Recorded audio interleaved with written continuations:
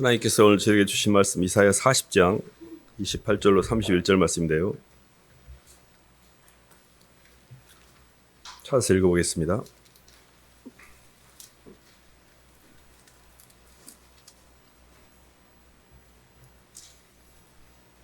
이사야 40장 28절로 31절 말씀입니다. 구약 1016쪽입니다.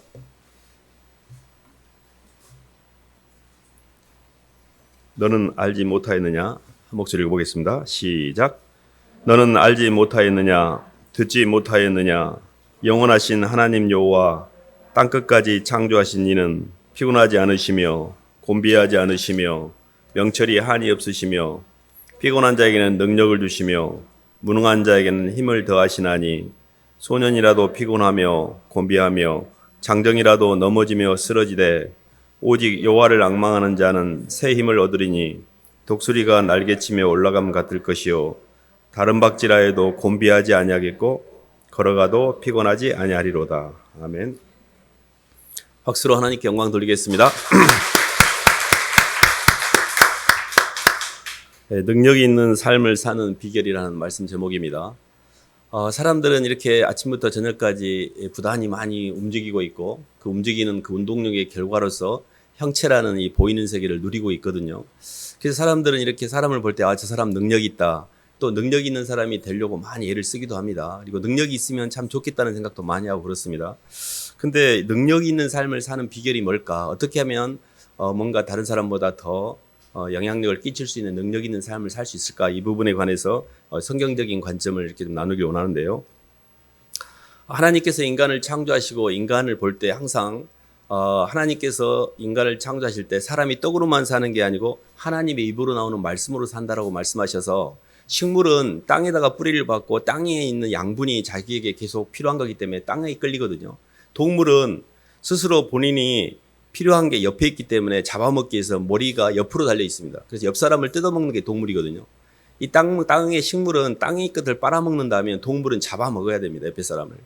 사람이 식물처럼 동물처럼 사는 사람이 많아요. 근데 하나님께서 인간을 지을 때 머리가 하늘로 향해 있잖아요. 그러면 우리의 의식의 상대로부터 하나님의 사랑을 받아야만 우리는 창조가 완성되게 만들어 놓았거든요. 그래서 사실 우리의 필요한 것은 위로부터 내려옵니다. 그래서 계속해서 사람이 떡으로만 사는 게 아니고 하나님의 입으로 나오는 말씀으로 산다고 해서 떡으로 사는 이 육신적인 구조, 육체적인 구조, 물질적 구조에 너무 많이 잡혀 있어요. 그래서 하나님의 입으로 나오는 말씀으로 사는 영으로 사는 영적인 구조가 우리의 물질 구조를 덮을 때 그때 우리가 능력이 나타나는 거거든요. 그러니까 우리가 능력이라고 말하는 것은 의식의 상대가 있을 때 능력이 나타납니다. 그러니까 의식의 상대가 없는 건 능력이 없는 거예요. 왜 그러냐면 그것은 내가 아무리 많이 움직여도 식물의 단계와 본능의 단계로 움직이는 거기 때문에 사실은 저희들이 있어서 신앙에 있어서 가장 핵심은 내가 뭘 많이 했느냐, 뭐를 많이 체험했느냐 이게 아니고 얼마나 상대와 연합을 통하여 상대를 향해서 많이 움직였느냐와 연관이 있습니다. 그래서 저희가 막이라는 게 뭐냐면 하나님과의 교통하는 통로가 막힌 상태, 어떤 영적인 의식의 상대를 잃어버린 상태가 막이거든요. 조금 이렇게 이 보이는 세계와 보이지 않는 세계에 대한 영적인 감각을 좀 가져야 되는데 이 형체의 세계는 뭐냐면요. 보이는 세계는 초월적 하나님이 시간과 공간을 통하여 자신을 객관적으로 표현하는 객관의 역사가 이 형체의 세계입니다. 반면에 영의 세계는 형체의 세계의 모든 만물과 만사를 섭리하고 주관하고 모든 것을 알고 있는 주관의 역사가 영입니다. 그래서 보이는 세계와 보이지 않는 세계가 인과율로 이렇게 실은 연결되어 있어요. 근데 마귀는 뭐냐면 보이는 것과 보이는 것을 통해서 문제를 해결하려고 하는 게 마귀예요. 그래서 계속해서 다른 사람을 탓하게 되고 환경이 문제고 사람이 문제고 하나님이 주신 메시지를 제대로 못 받기 때문에 몸에 대한 부담을 왕창 가짐으로 동력이 다 차단돼 버린 거예요. 사실 봐보세요. 근심, 걱정, 염려, 눌림, 두려움 이런 것들은 내 동력을 다 뺏어먹습니다. 시험 공부를 해야 되는데 시험을 잘 보는 것은 하나님 영역이에요. 시험 공부하는 건 제 영역입니다. 그러면 하나님 영역 결과는 하나님 거니까 나는 내일 하자 그러고 열심히 공부하면 돼요. 근데 얘가 어떻게 움직이냐면 시험 잘 봐야 되는데 이번에 장학금 타야 되는데 막 근심을 하는 거예요. 근심과 걱정으로 말미암은 부담이 내 동력을 잡아먹습니다. 그럼 능력이 확 떨어져요. 그래가지고 공부는 안 해요. 계속 공부는 안 해서 고민만 하는 거예요. 막 입만 열면 막 힘들다고 그러고 막 계속 고민만 하는 거예요. 움직이고 있는 그런 동력은 전혀 나타나지 않고 고민만 하고 있는 거예요. 근데 왜 이 사람이 고민만 하고 동력이 죽냐면 자꾸 자기 부담으로 사물을 해석하니까 동력이 다운되는 겁니다. 차단되는 겁니다. 근데 그것은 하나님 영역이고 내 영역에 집중해야지 하면서 내 일에 이렇게 집중을 하잖아요. 그러면 그 결과로서 하나님의 인도하심이 이렇게 그 결과에 대해서 굉장히 자유롭게 됩니다. 그러니까 제가 말씀드리는 영적인 원리는 하나님의 원인과 땅이라는 보이는 것과의 결과를 연결시켜야 돼요. 그래서 절대 사람이 환경이 원인이 될 수가 없습니다. 사람이 원인이고 환경이 원인이라고 해석하는 것이 바로 인과율의 저주예요. 그리고 그것에 딱 묶여있기 때문에 우리 인생이 한 발짝도 못 빠져나온 겁니다. 영의 세계에서 능력을 발휘하려면 자유로워져야 돼요. 내가 스스로 자유를 줘야만 사랑의 핵심이 자유입니다. 아내를 사랑하면요, 아내에게 자유를 줘야 돼요. 그렇게 막 억압하고 내가 너 사랑해서 이러는 거야? 그건 사랑이 아닙니다. 사랑의 가장 큰 핵심은 자유예요. 그 사람을 구속하지 않아요. 하나님께서 우리를 사랑하셨기 때문에 탕자가 아버지가 자식이 나갔을 때 그 자식을 절대 잡아들이지 않았어요. 고대사의 아버지의 권위가 어마무시했습니다. 종 몇 놈 풀면 저거 가서 허랑방탕히 사는 저 작은 아들 가서 뒤지게 두드러 패가지고 데리고 올 수 있었어요. 너무 사랑했기 때문에 그 아들의 선택을 존중했던 거예요. 그리고 그가 망가져갖고 돌아올 때 기쁨으로 달려나갔던 겁니다. 하나님은 우리를 사랑하시기 때문에 절대 우리 행위를 강제하지 않아요. 강제하지 않으니까 너무 오만 방자해가지고 지 마음대로 사는 거예요, 사실은. 근데 그것도 하나님의 시간표입니다. 그것까지도 하나님께서는 우리를 있는 그대로 받는 거거든요. 하나님의 섭리 가운데 내 삶의 힘든 것들이 내 안에 있는 하나님으로부터 멀어져가는 내 의식의 결핍으로 인한 현상이라는 것을 정확하게 진단하셔야 돼요. 삶에 있어의 문제는 환경의 문제나 사람의 문제가 아닙니다. 하나님으로부터 멀어진 내가 환경과 사람을 통해 그렇게라도 해석을 해야 내가 편안하기 때문에 그렇게 해석하는 것을 자기 합리화라고 그래요. 신앙은 보이지 않는 것과 보이는 걸 연결하는 거예요. 근데 이 부분이 왜 중요하냐면 하나님의 능력을 덧입으려면 사람이나 환경으로부터 부담에서 해방이 돼야 돼요. 그게 제사함의 자유거든요. 근데 나는 사람한테 똘똘 묶여 있어요. 이 마음속에 사랑을 품고 있는 게 아니라 미움. 너무 미워 사람이. 복수하고 싶어 막. 돌려주고 싶어 막. 너무 억울해. 그게 뭐예요 다? 이게 지금 다 인과율에 묶여 있는 거잖아요. 사람을 미워하지도 않고 사람에게 휘둘리지도 않고 하나님이 그렇게 하셨군요. 이렇게 풀어야 되는데 이제 그게 안 되는 거죠. 저희들이 에베소 1장 한번 봐볼까요?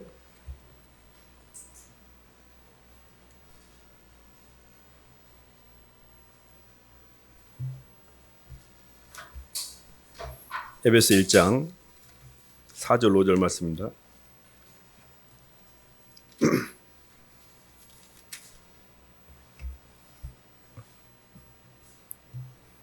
곧 창세전에 4절 5절 시작.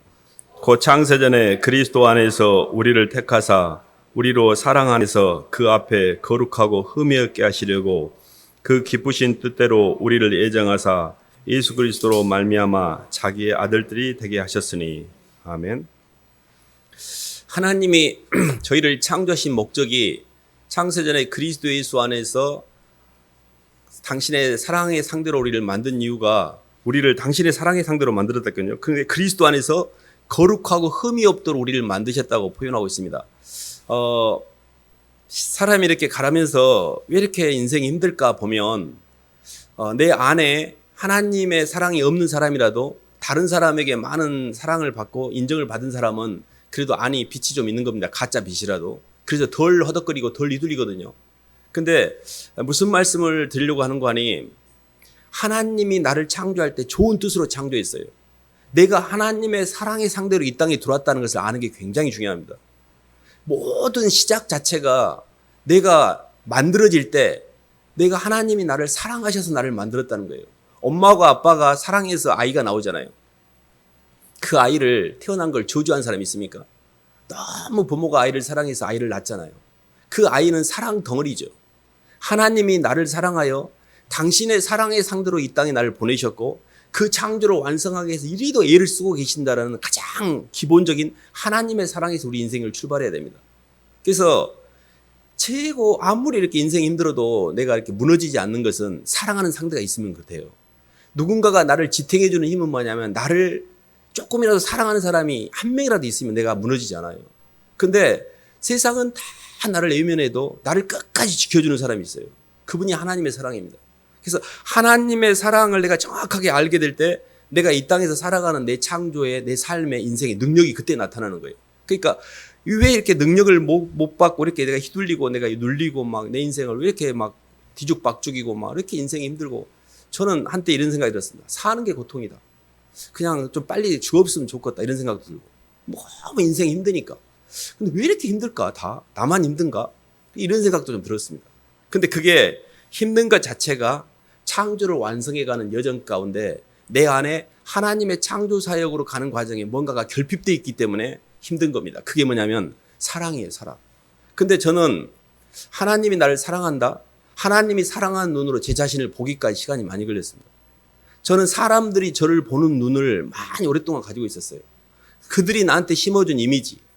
너는 왜 그렇게 막 퍼주고 맨날 손해만 보고, 왜 그렇게 우유부단하고, 뭔가 이렇게 좀 그 마음에 안 드는 언어들 많이 쓰잖아요. 그러니까 뭔가 어렸을 때부터 살아오는 내내 사람들이 내게 준 어떤 그런 이미지, 그게 갇혀 있는 거예요. 그래가지고 제 자신을 별로 안 좋아했습니다. 근데 하나님이 당신의 아들 예수 그리스도를 희생할 만큼 나를 사랑하셨다는 모든 것이, 사랑의 출발점이 나를 사랑하여 나의 창조를 완성하게 한 하나님의 여정이라는 걸 깨닫고 나서 조금 마음이 편안해졌습니다. 봐보세요. 저희들이 엄마가 아가를 낳아서 아가가 똥 싸고 오줌 싸는 게 평생 지속될 것 같으면 엄마는 좌절할 것 같아요. 내가 언제까지 너 뒤치다꺼리 하고.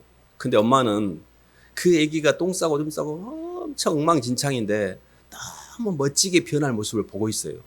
완성된 모습 속에서 현재를 보고 있는 겁니다. 주님은 우리 이렇게 죄짓고 이렇게 말 안 듣고 이렇게 하나님께 대적하고 이렇게 엉망진창인데 이 모습을 보는 게 아니고, 그 속에서 많이 시간이 가면서 점점 예수님의 형상으로 변화될 완성된 모습을 보고 계셔요. 거기에 대한 우리의 전체 모습을 보고 있기 때문에 주님은 우리를 용납하시는 겁니다.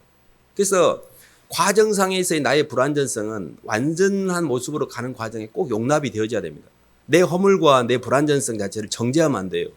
그를 정죄하거나 그것을 내가 판단을 해버리면 하나님의 영이 들어오는 통로가 막힙니다. 그래서 굉장히 내 자신을 잘 용서하셔야 돼요. 하나님의 사랑의 기반에서 내 자신을 잘 이렇게 하나님 앞에 하나님 죄송해요라고 회개를 통해서 잘 용납을 하셔야 됩니다.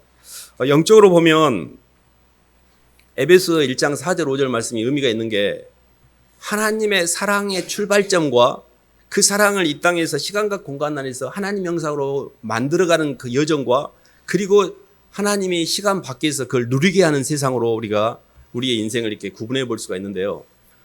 제가 히브리서 한 말씀 보고 말씀을 나눌까? 히브리서 4장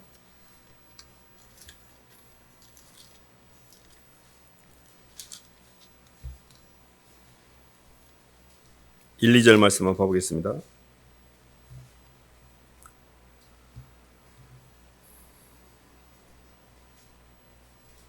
그러므로 우리는 두려워할지니, 시작. 그러므로 우리는 두려워할지니 그의 안식에 들어갈 약속이 남아 있을지라도 너희 중에는 혹 이르지 못할 자가 있을까 함이라. 그들과 같이 우리도 복음 전함을 받은 자이나 들은 바 그 말씀이 그들에게 유익하지 못한 것은 듣는 자가 믿음과 결부시키지 아니함이라. 아멘. 영적으로 하나님의 사랑과 능력이 우리 안에 통치가 되고, 하나님의 사랑과 하나님의 능력이 내 안에 머물기만 한다면 우리가 움직이는 건 의미가 없어요. 하나님이 성령의 운동력을 통해 나를 통해 흐르기 때문에 일이 저절로 잘 됩니다. 그러면 우리가 관심을 갖는 건 어떻게 하나님의 사랑이 내 속에 머무를 수가 있지? 이 부분에 대해서 고민을 해야 되는데, 그게 오늘 말씀 히브리서 4장 1, 2절 보면 안식에 들어갈 약속이 남아있을지라도 그들이 안식에 들어가지 못하는 이유가 하나 있는데, 듣는 자가 믿음을 결부시키지 아니함이라, 이런 표현이 있습니다. 저는 이 말에 굉장히 동의를 하는 게, 한동안 하나님을 내가 믿고 다닌다고 교회를 다니면서도 믿지 않았어요. 제 마음속에 나밖에 없는 거예요. 근데 하나님 진짜 살아계셔? 살아계신 거야? 맞는 거야? 이런 의심을 한동안 떨치지 못하고 다녔던 것 같아요. 근데 잘 봐보세요. 진짜 내가 하나님의 사랑을 믿는가? 내 심장 속에 하나님의 사랑을 이 땅에 전해오신 내 주 예수 그리스도를 진심으로 내 주님으로 고백하고 그분이 나를 위해서 십자가에 죽으시고 내 죄가 사해졌다는 걸 내가 믿고 있는가 잘 보셔야 돼요. 이 부분이 왜 중요하냐면 사람들은 믿음이라는 것은 하나님의 의식이 우리에게 전달되는 통로예요. 모든 사람에게 티켓을 줬지만 그 티켓에 타고 기차를 타지 않으면 그 기차의 목적지에 도달하지 않은 것처럼 하나님이 우리를 향하여 당신의 사랑을 이렇게 표현하고 천지를 창조하시고 십자가의 대속의 은혜를 통해서 성령이 이 땅에 오셔서 우리의 모든 구속사가 완성될 수 있는 준비를 완벽하게 해놓으셨지만 그것을 받아들이지 않는 자의 심령에는 이게 역사가 안 되게 되어 있습니다. 그래서 우리가 하는 일은 하나님의 사랑을 의심하지 않고 받아들이는 거예요. 그분이 진심으로 나를 사랑했구나를 받아들이는 거예요. 근데 왜 제가 하나님이 사랑이시라는 것을 이렇게 자꾸 강조하고 받아들인다는 걸 강조하냐면 의외로 안 받아들이기 때문에 그래요. 그리고 그 안식의 세계에 진입을 못하고 있기 때문에 그러는 겁니다. 왜 그렇게 안 받아들이지? 그거는 오랜 세월 동안에 사람에게 치이고 상처받고 불신하고 사람에게 휘둘린 10년 가운데 예수님을 믿고 하나님의 사랑을 받아들이면 내 마음대로 못 살 것 같은 내 정욕과 사람과 환경에 휘둘린 그 마음 때문에 의심들이 복합적으로 주님마저도 밀어내고 있는 거예요. 그러니까 내가 평소에 사람에게 대했던 방식으로 주님도 대하고 있는 거예요. 그러니까 애들은 봐보세요. 5살, 6살 애들은 순수합니다. 걔들은 유괴범이 와가지고 과자를 주가지고 꼬셔도 따라갑니다. 믿으니까. 모든 걸 다 믿어버려요. 그러니까 사람들이 어른들이 볼 때는 깎아보죠. 저것이 다 믿고 따라간다고. 근데 영적으로 볼 때는 어린아이와 같지 않으면 천국에 못 들어갑니다. 모든 걸 의심해요.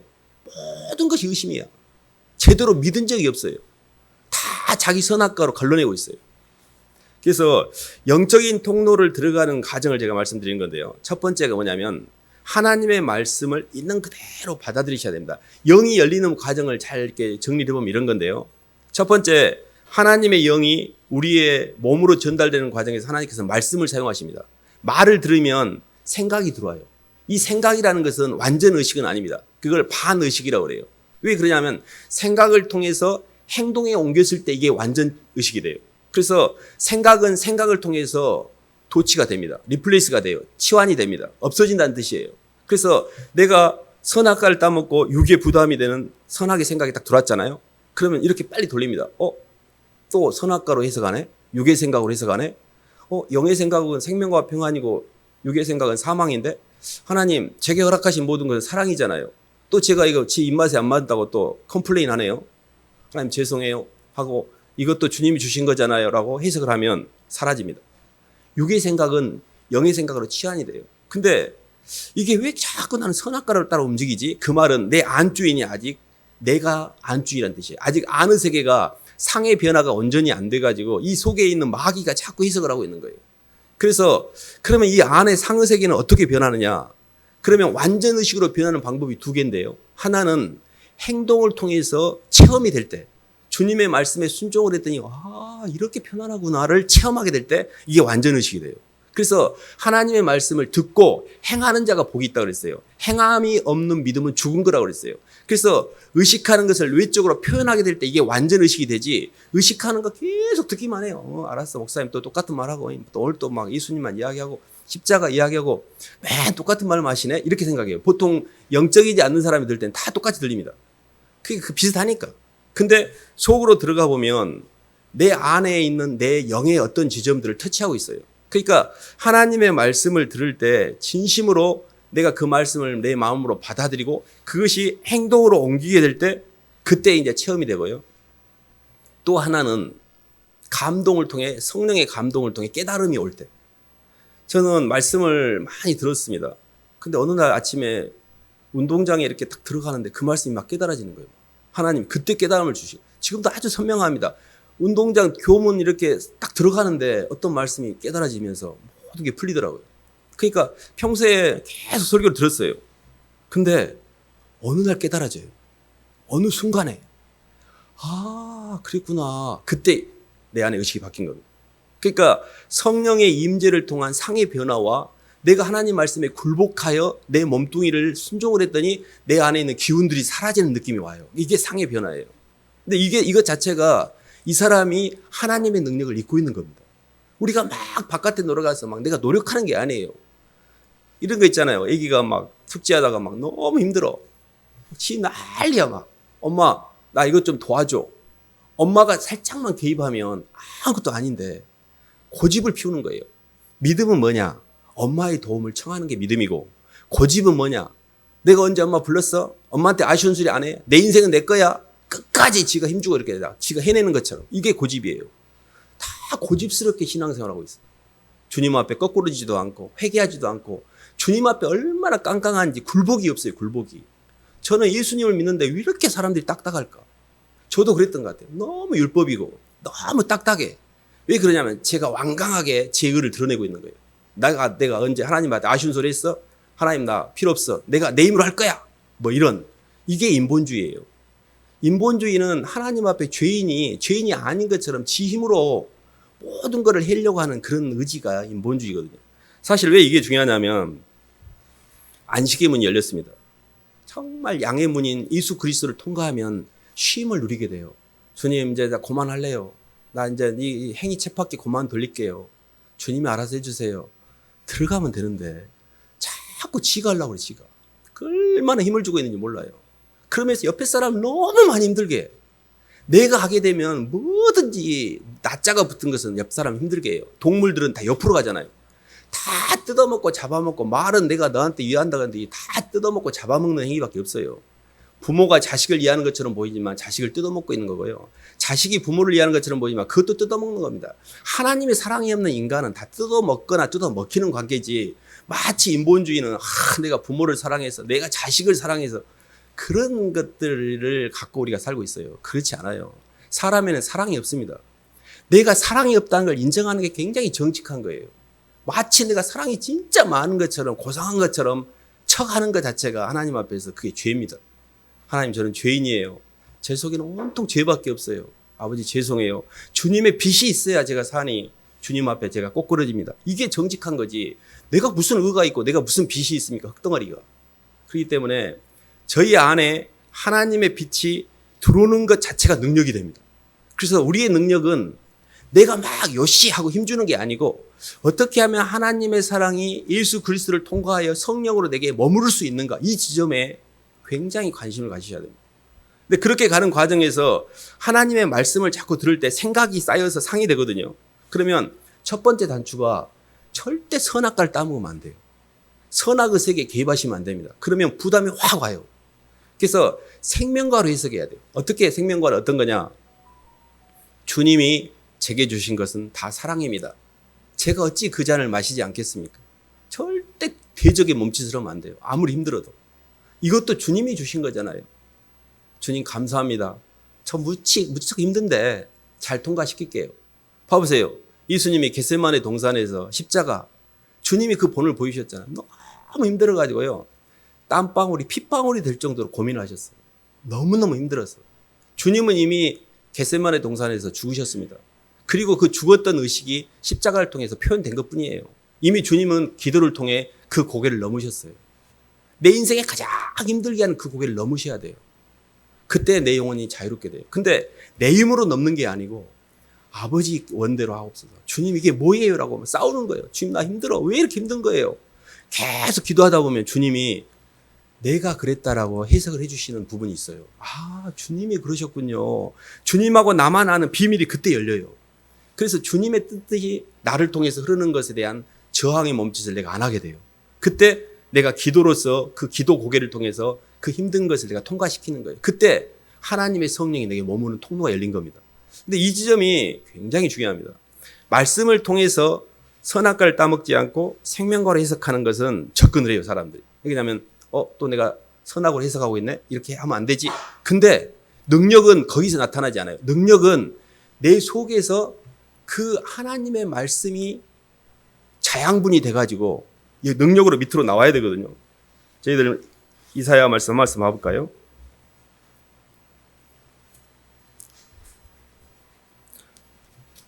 고린도전서 말씀 봐보겠습니다. 고린도서 13장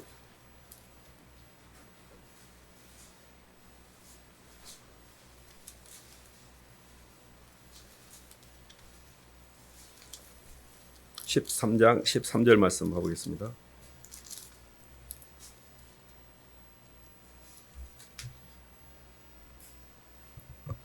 그런즉 믿음, 소망, 시작. 그런즉 믿음, 소망, 사랑 이 세 가지는 항상 있을 것인데 그 중에 제일은 사랑이라. 아멘. 이 세 가지가 하나님의 능력이 우리에게 덧입는 통로를 여는 열쇠인데요. 이 단어가 우리가 익숙히 교회 다니면서 들었던 단어지만 그 단어가 갖고 있는 정확한 지점을 해독하기는 조금 시간이 걸릴 수 있습니다. 여러 가지 차원으로 이야기해서 시간적 차원으로 보면 소망은 미래지향적 관점입니다. 그리고 사랑은 우리의 출발점이기 때문에 과거로부터의 출발이고 믿음은 현재 진행형이에요. 그러니까 하나님이 사랑의 청사진의 사랑의 플랜 가운데 우주 만물을 창조하셨고 사랑이 모든 것 출발점이에요. 사랑으로 해석해야 됩니다. 모든 출발의 시작이 사랑이에요. 그리고 그 방향의 끝자락이 뭐냐면 소망입니다. 그러니까 소망이라는 것을 잘 봐보세요. 열심히 애들이 대학 가려고 공부하는 건 뭡니까? 합격할 거야 나. 이 소망이 있잖아요. 그러면 합격해갖고 뭘 하기를 원해요? 나 좋은 직장에 들어갈 거야. 그리고 좋은 배우자 만나서 나 행복한 가정을 이룰 거야. 이렇게 뭔가 소망이 있기 때문에 싸우는 거잖아요. 이렇게 자기를 절제하면서 움직이는 거잖아요. 근데 이 땅에서의 모든 소망은 죽음으로 끝이 납니다. 그래서 내가 몸이 늙어가고 내 몸뚱이가 병이 들고 그러면 소망이 사라져요. 그러니까 사람이 소망과 미래가 없다는 것 자체가 죽음이에요, 사실은. 그게 절망이거든요. 죽음에 이르는 병이 절망입니다. 근데 땅에서의 모든 희망들은 다 소멸됩니다. 언젠가는 다 소멸이 돼요. 내가 자식도 또 모든 돈도 물질도 아무 의미가 없는 몸이 병들면 아무 의미가 없습니다. 그런 것이 있는 게 더 성가셔요. 이 땅에서 아무것도 나의 인생에 능력을 끌어줄 수 있는 게 없어요. 근데 하늘나라에 대한 소망, 하나님이 내게 주신 부활의 소망, 하늘나라 가기까지 내가 이 땅에서 내가 마땅히 감당해야 될 내 인생에 하나님이 주신 소명의식, 이런 것들은 내 인생이 숨이 끊어지는 순간까지 움직이게 만들어요. 그렇기 때문에 진짜 능력은 하늘에 대한 소망을 갖는 사람에게 나타납니다. 그 사람에게는 은퇴가 없어요. 은퇴가. 죽는 순간까지 하늘나라에서 움직이고 있으니까. 근데 자꾸 땅에서 움직인 사람은요, 누가 일했는데 돈 안 주면 직장에 못 나간 것처럼 동력이 차단됩니다. 내가 어떤 사람한테 뭐를 주고 조금 이렇게 뭔가 이렇게 인사라도 받은 맛으로 뭐 줬는데 입을 싹 씻어보네? 그러면 줄 마음이 없죠. 누구라도 그렇습니다. 사람은 이 땅에서 정산이 안 되면 못 움직입니다. 이 땅의 모든 시스템은 주고받는 것이 어느 정도 연결이 될 때 나는 한다고 했는데 계속 애물소리 하네? 그럼 어떻게 해? 못하지. 근데 하늘의 소망은 땅에 묶이지 않습니다. 그 사람 때문에 움직이는 게 아니에요. 주님 때문에 움직이니까. 그래서 저희들이 능력 있는 삶을 살 때는 우리의 의식의 지평 끝자락이 내 노후가 아니에요. 하늘나라를 보셔야 돼요. 내 의식의 지평의 끝이 내가 늙어 죽을 때까지 뭐 더 먹고 살까라는 내 인생의 시간 속에 있는 끝자락이 아니에요. 하늘나라를 볼 줄 알아야 돼요. 그리고 내 인식의 모든 그 초점 자체가 땅이 아니라 하늘을 바라볼 수 있어야 됩니다. 이게 참 처음에는 잘 안 됩니다. 무슨 뜬구름 잡는 이야기 같고 죽어서 내가 하늘나라가 있는가? 그것도 잘 감이 없는데 하늘나라에서 저축하고 하늘나라에서 움직이라고? 여기서도 나 먹고 살기 힘든데 뭔 하늘나라에 저축? 나 여기서 내가 지금 힘든데 내가 이렇게 생각할 때가 있습니다. 근데 그러지 않아요. 하늘을 향해서 움직이게 될 때 땅이 저절로 잘 됩니다. 하늘이 없기 때문에 인생이 힘든 거예요. 그래서 하나님 나라에 대한 소망이 우리의 미래 지향적이라면 하나님의 사랑이 내 안에 온전히 전달되도록 하는 이 시간과 공간 안에서 하는 행위가 모든 행위가 믿음입니다. 믿음은 하나님이 나를 사랑했다는 걸 받아들이는 것도 믿음이고요. 그 사랑이 내 속에서 상으로서 누리는 것도 믿음이고 그 사랑을 밖으로 표현하는 것도 믿음이에요. 믿음도 지정의로 보셔야 돼요. 하나님이 나를 사랑했다를 받아들이는 믿음이 있고 그 사랑에 내가 누리고 그것을 빚진 마음으로 표현하는 것도 믿음이에요. 믿음은 하나님이 내게 잘 전달되었다라는 표식이에요. 그래서 믿음이 없이는 하늘나라를 못 가는 겁니다. 뭐를 믿느냐? 하나님의 사랑을 우리에게 전해주신 예수 그리스도를 믿는 거예요. 예수님은 우리의 시간과 공간의 상대이기 때문에 예수님을 진짜 믿을 때 하나님을 믿는 거예요. 하나님은요, 모든 종교에 하나님이라는 개념이 있습니다. 근데 예수님이 없이 하나님을 믿으면 자기가 만든 하나님을 믿는 거예요. 그것이 종교라는 거예요. 종교는 다 땅에서 출발한 겁니다. 종교는요, 사실은 상대가 없어요. 잘 봐보세요. 석가가 나보다 더 훌륭한 사람이 있으면 그 사람 따라가라지 나를 믿으라는 게 아니에요. 그 진리를 추구했던 사람이지 석가가 불교의 창시자가 나를 믿으라 내가 신이다 이렇게 말하지 않았어요. 누구든지 해탈하면 부처가 된다는 개념이에요. 그리고 힌두교가 뭐예요? 브라흐만이나 아트만이라는 게 브라흐만이 이게 이 버마 이래에서 무릎범자잖아요. 만물이고 아트만이 나잖아요. 버마 이래 사상입니다. 신이 곧 나다. 내 속에 신적인 존재가 있고 그걸 내가 깨달으면 내가 신이 된다. 내가 신이 되는 거. 이것도 내가 신이 되는 거예요. 불교도 내가 해탈하고 힌두교도 내가 신이 되고 어디에 대상이 있습니까?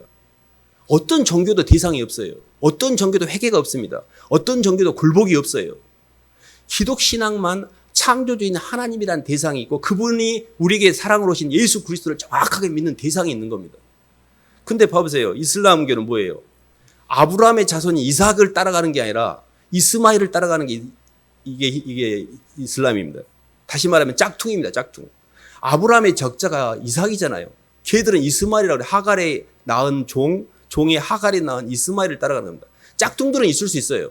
그러나 본질적으로 하나님의 사랑을 우리에게 전해 오신 대상 자체가 없는 것은 종교지 신앙이 아닙니다. 신앙은 사랑하는 상대 때문에 내가 죽는 것이고 종교는 나를 위해서 나한테 보탬이 되는 것을 믿는 건데 교회를 다니면서 종교처럼 다니는 사람들이 너무 많아요. 복 받으려고. 내 자아가 전혀 소멸이 안 돼 있고 하나님의 능력이 내게 머물지도 않고 성령의 교통이 안 되고 있고 하나님의 사랑이 예수 그리스도를 통해서 내 안에 역사가 되지 않고 그냥 이 껍닥만 왔다 갔다 하는 거예요. 껍닥만. 근데 그게 뭘 그렇게 막 왔다 갔다 하는지 전혀 본질적인 게 접근을 못하고 비본질적인 거 가지고 다니고 있는 겁니다. 그래서 영적으로 보면 능력이란 건 뭐냐면 하나님의 사랑이 정확하게 예수님을 통해 성령으로 내 안에 전달되는 거. 이게 능력이에요. 그래서 생각 자체가 편안해집니다. 왜냐하면 선악 의색에 개입하지 않으니까. 절대 판단 의색에 개입하지 마셔야 됩니다. 이거 굉장히 어렵습니다. 다른 사람에게 대해서 판단하고 다른 사람이 어쩌고 이것은 다 그 사람 문제인 것 같죠? 내 문제입니다. 아니 그 사람이 그런 거에 대해서 나는 그런 게 없나요? 아니 돌 갖고 와서 여자를 죽이려고 그래. 간음한 여인을. 그럼 나는 그런 간음한 속성이 없어요. 나는? 나도 똑같이 있잖아요. 근데 왜 나는 없는 것처럼 남을 정죄를 해요? 내가 없다면 정죄를 할 수가 있지. 근데 나는 더한데 교묘하게 숨기고 있을 뿐이지 나는 더한데 어떻게 돌로 칩니까 상대방을. 다른 사람의 죄에 개입할 필요가 없어요. 내 죄도 지금 버거운데 못담시 다른 사람을 가지고 따따붙다면서 판단하고 쟤는 어쩌고 자기는 안 그런 것처럼 그것을 계속 책임 전가하고 그런 것들 때문에 우리 영혼이 헷갈리는 거예요. 마귀가 합리화를 시키면서 나는 안 그런 것처럼 저것들 이러면서 저것들 하고 있는데 실은 내가 그러고 있는 거예요. 그래서 사실은 영적으로 하나님의 능력이 왜 우리에게 입혀지지 않느냐. 자꾸 마귀 동선을 따라가고 있어요. 선악과를 따먹고 자꾸 부담스러운 내 부담을 옆에 사람한테 전가시키면서 뜯어먹으러 다니는 거예요. 막 사람 힘들게 하고. 왜 그러냐면 짐승들은 옆 사람 뜯어먹어야 됩니다. 옆 사람을 뜯어먹으면 너는 나보다 못해 하고 디피트 시키면 상대적인 우월감을 느끼기 때문에 나를 좀 채워줘요. 이런 방식으로 뜯어먹고 다니는 거예요. 근데 그러지 않으려면 주님의 지성소에 들어가서 깊은 지성소에서 주님하고 독대를 해야 됩니다. 저는 영적으로 막 세상에서 막 잘되고 막 뭐가 성공하고 이런 것보다 하나님의 사랑을 너무 많이 품고 그 사랑의 운동력으로 움직이는 사람이 가장 이렇게 부러운 것 같아요. 저도 부럽습니다. 저도 그렇게 되려고 애를 쓰고 있고 잘 안 되니까.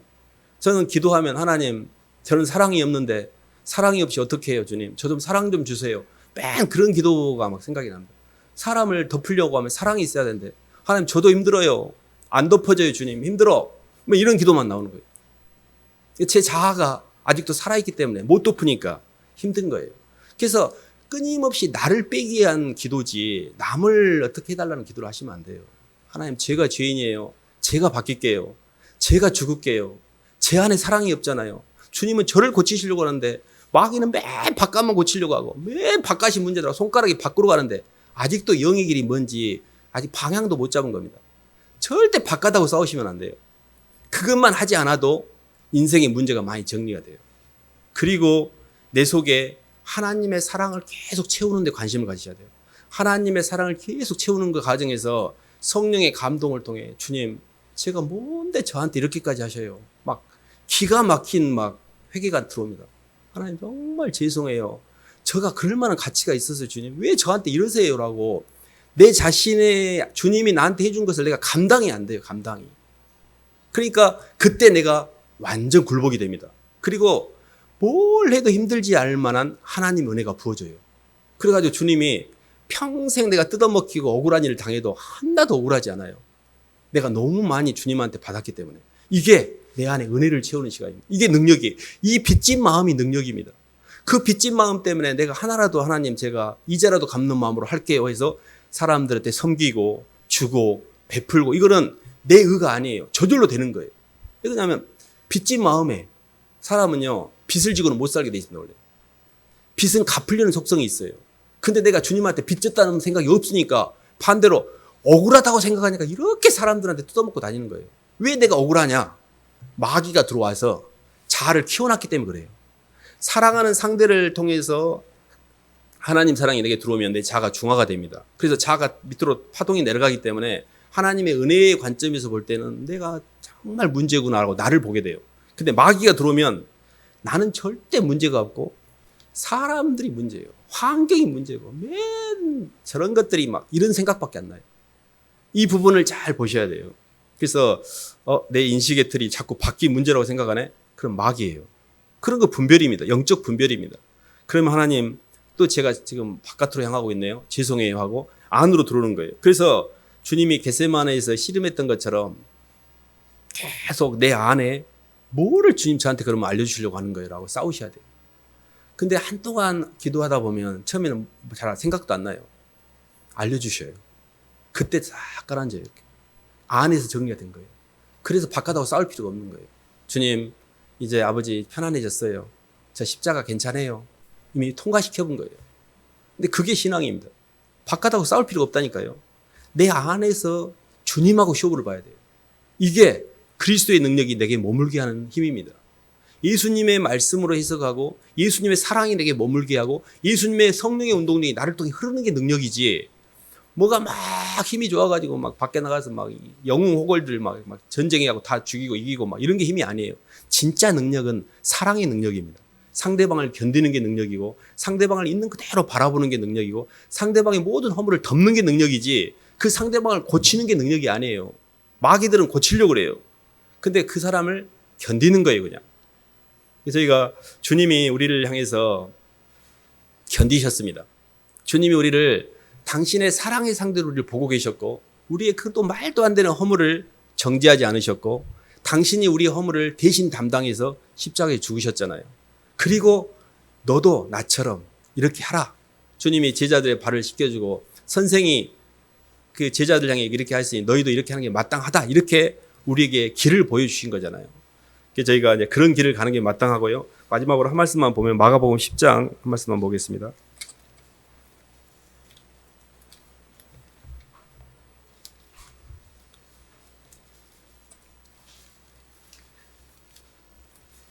(10장) 45절 말씀.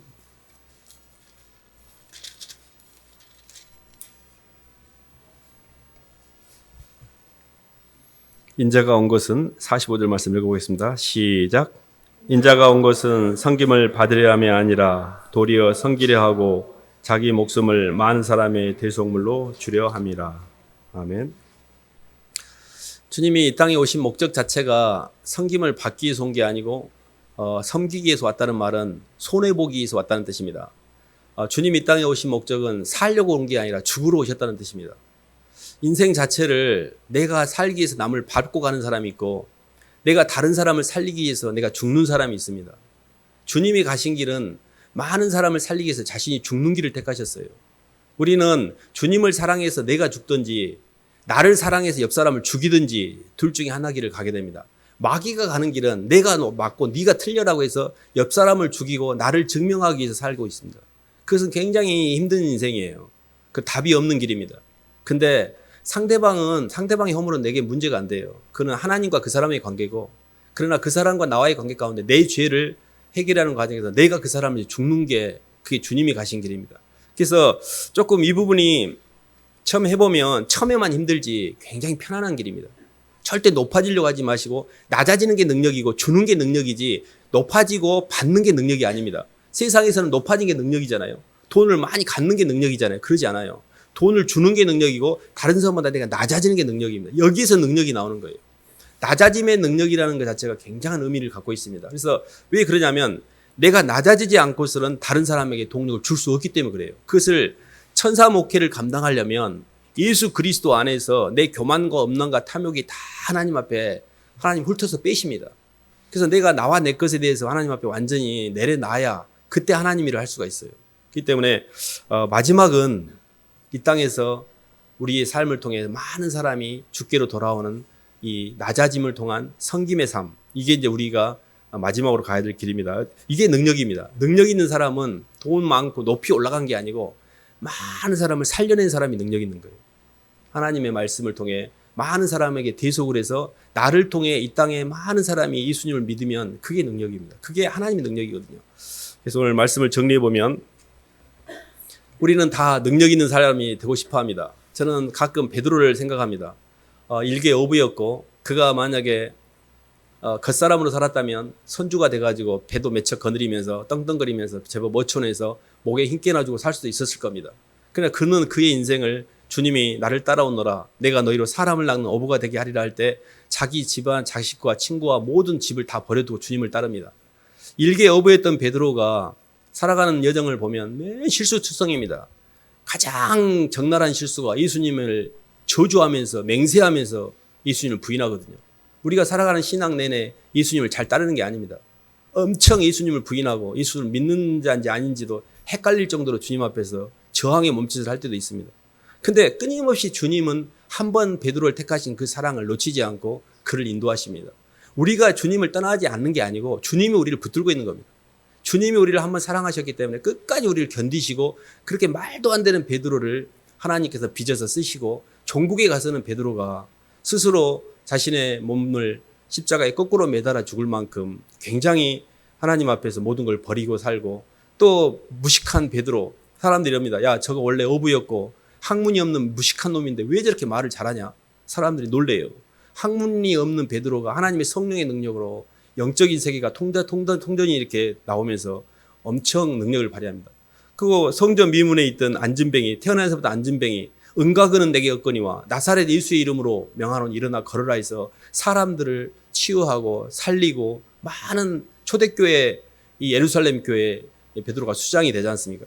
그러니까 영적으로 보면 한 사람의 인생이 어쩜 그렇게 어마어마한 인생을 살 수 있었을까?